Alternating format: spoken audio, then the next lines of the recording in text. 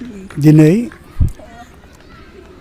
79 भारत उदांस्रि सान बेखौ लोब्बा लाखिनानै जिन्ना नार्जारि मेम'रियेल सिनियर सेकेन्डारि फरायसालिनिफ्राय one day marathon football tournament मोनसे अर्गानाइज खालामनाय जादों आरो बेवहाय गासैजों मोन 8 स्कुलनिफ्राय टीमफ्रा माने बेवहाय बाहागो लादों। दा फैयै फैयै दा फाइनालाव जाफैबाय। जोबथा बे फाइनाल खेलाखौ गेलेगोन जिन्ना Narzary memorial senior secondary school संकस बनाम ग्रेस इंलिश मीडियम स्कुल बलमजरा।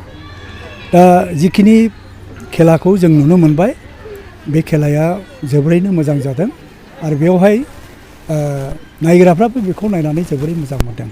आसा खालामो आरो जोङो बेखौनो बुंनो सानो बेबादि बोसोरफ्रामबो जुदि बेबादि खेलाफोरखौ अर्गानाइज खालामोब्ला फरायसाफोर जायफ्रा खेला गेलेनायावहाय जोबोद मोनसे लाब दङ बिसोरो थुलुंगाखांनायखौ मोनगोन आरो बेबादि अर्गानाइज खालामनायखौ जेब्लायबो खालामबाय थागोन होननानै जोंनि बे इंलिश मिडियाम स्कुलनिफ्रायबो बेखौहाय खालामनाय जादों।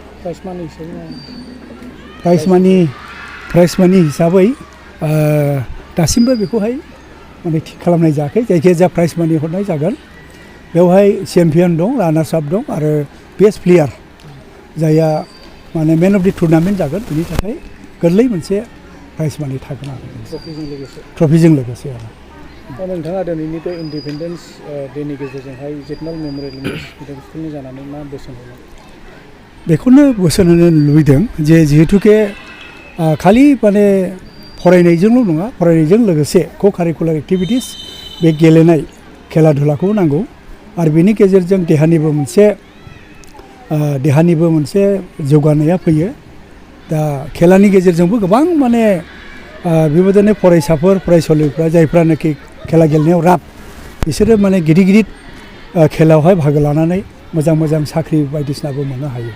दा बिनिखायनो खालि फरायनायजोंल' नङा, फरायनायजों लोगोसे खेला धुलायावबो थानाया गोनांथार होननानै जाखांबोनाय फरायसा फरायसुलिफोरखौ आङो बेखौहाय एनकारेज होनो सानो आरो। इन्डिपेन्डेन्स डेआवहाय देग्लायल' बेबायदि खेला होदों ना बोसोरफ्रोमबो बेबायदि? माने थांनाय समफ्रावबो बेबादि उदांस्रि सानखौहाय लोब्बा लाखिनानै बे जिन्ना नार्जारि मेम'रियेल इंलिश मिडियाम स्कुलनिफ्राय बेबादि बानजायनायाव बेबायदि खेलाया जाबोदों आरो फैबाय थानाय समावबो बे खेलाखौ खालामगोन होननानै जोंनि गभार्निं बडि एबा मेनेजमेन्ट कमिटिनिफ्राय बे जिनिसा थिरांथा लानाय दंखायो आरो।